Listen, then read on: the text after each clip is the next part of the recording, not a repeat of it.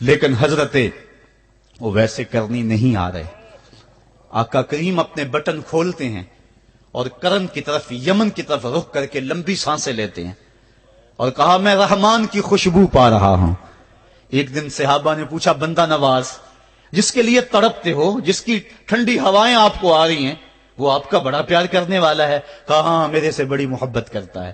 تو کہا پھر اتنی محبت کرتا ہے تو یمن تو دور نہیں ہے، بلال حبش سے آ گیا، سلمان فارس سے آ گیا، سہیب روم سے آ گیا، اور وہ یہاں یمن سے نہیں آ سکا.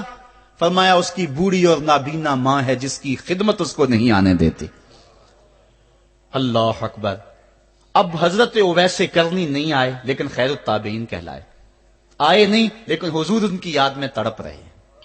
اللہ، بلکہ حضور نے فرمایا کہ کوئی جائے اویس بن عامر کو ملے، اور جب ملے تو اس کو کہنا میری امت کی بخشش کی دعا کرے. جو ماں باپ کی خدمت کرتا ہے اس سے ثابت ہوا اس کی دعائیں قبول ہوتی ہیں.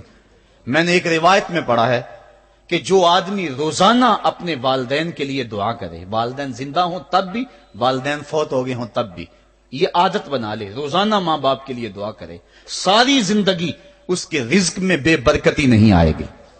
اللہ اس کو رزق کی فراوانی عطا کر دے گا. اور جو والدین کے لیے دعا نہیں کرتا اللہ تعالیٰ کی رحمتوں سے محروم ہو جاتا ہے. حضرت ابو ہریرہ رضی اللہ تعالیٰ عنہ جب بھی ہاتھ اٹھاتے تھے تو یہ دعا کرتے تھے اللہم اغفر لابی ہریرہ ولامی ولمن استغفر لہما. اے اللہ ابو ہریرہ کو بخش دے، حضرت ابو ہریرہ کی ماں کو بخش دے، اور قیامت تک جو ہم دونوں کے لیے بخشش کی دعا کرے اس کو بھی بخش دے. حضرت امام محمد بن سیرین ایک بزرگ ہوئے تابعی، جب بھی دعا کرتے تھے یہ دعا ضرور کرتے تھے اے اللہ ابو ہریرہ کی بخشش کر دے. کسی نے کہا کہ تمہیں ابو ہریرہ رضی اللہ تعالیٰ عنہ ان کی ماں سے بڑی ہمدردی ہے. کہا ان سے جو ہمدردی ہونی ہے وہ تو ہونی ہے. انہوں نے کہا ہوا ہے اللہ ابو ہریرہ اور ان کی ماں کو بخش دے، جو ان کے لیے دعا کرے اس کو بھی بخش دے.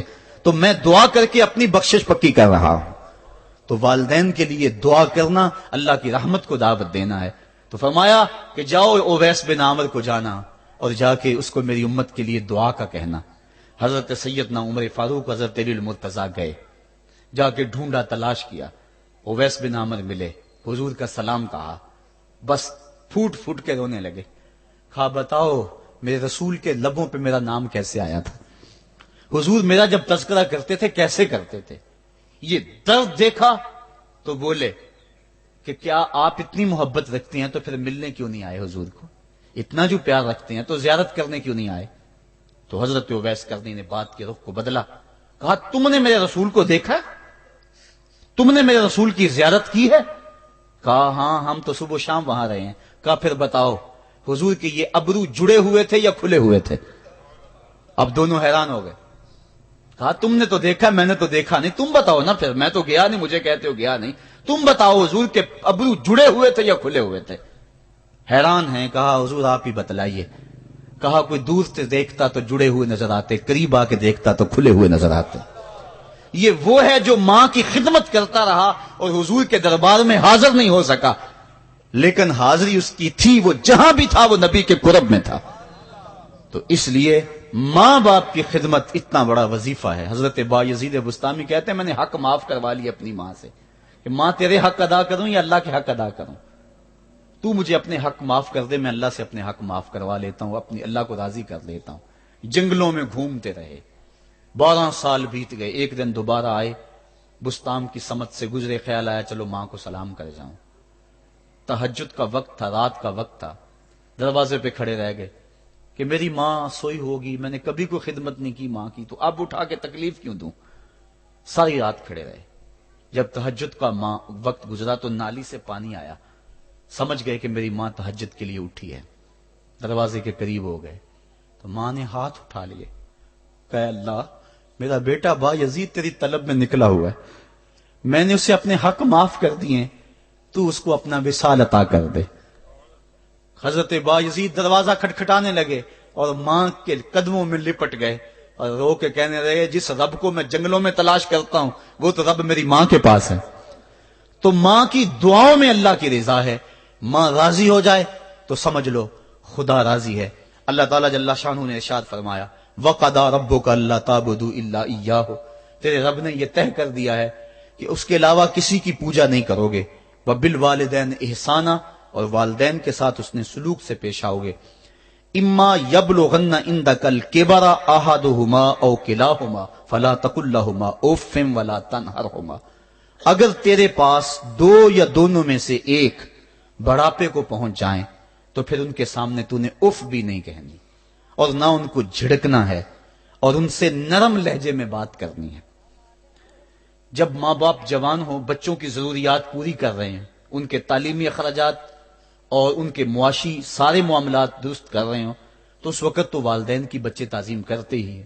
امتحان اس وقت شروع ہوتا ہے جب ماں باپ بوڑھے ہو جاتے ہیں اور چلنے پھرنے کی سخت بھی نہیں رہتی، صرف سانس کی ایک ڈوری لٹکی رہتی ہے. اور جس طرح بچہ اپنے بدن سے مکھی بھی نہیں اڑا سکتا تھا، اب یہ حالت ماں باپ پر آ گئی، اور بچے کی طرح مزاج چڑچڑا ہو گیا. زمانے کے حالات بدل گئے، لیکن باپ کی وہ پرانی روش ہے.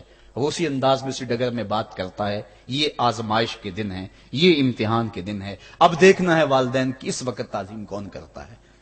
فرمایا اما یبلغن عندک الکبر، اگر تیرے پاس وہ بڑھاپے کو پہنچ جائیں، دونوں پہنچ جائیں، یا تیری خوش قسمتی کہ دونوں میں سے ایک پہنچ جائیں یا دونوں پہنچ جائیں، تو پھر ان کی تو نے تعظیم کرنی ہے. کیا کیسے تعظیم کرنی ہے؟ فلا تقل لہما اف، تو نے ان کو اف بھی نہیں کہنا. حضرت امام فخر الدین رازی کے حوالے سے میں آج ہی صبح یا گزشتہ شب اف کی تشریحات دیکھ رہا تھا. انہوں نے 12-13 اقوال بیان کیے ہیں، لیکن 2 قول. فرماتے ہیں اف یہ ہے کہ انسان کے بدن کے اوپر جو شفاف رہتا ہو، صاف رہتا ہو، مٹی پڑ جائے، ریت کا ذرہ پڑ جائے تو اس کو پھونک مار کے اس کو ہٹاتا ہے، تو وہ پھونک سے جو آواز پیدا ہوتی ہے اس کو عربی میں اف کہتے ہیں. تو پھر اف ہر اس چیز کے لیے منقول ہو گیا جو ناپسندیدہ ہے.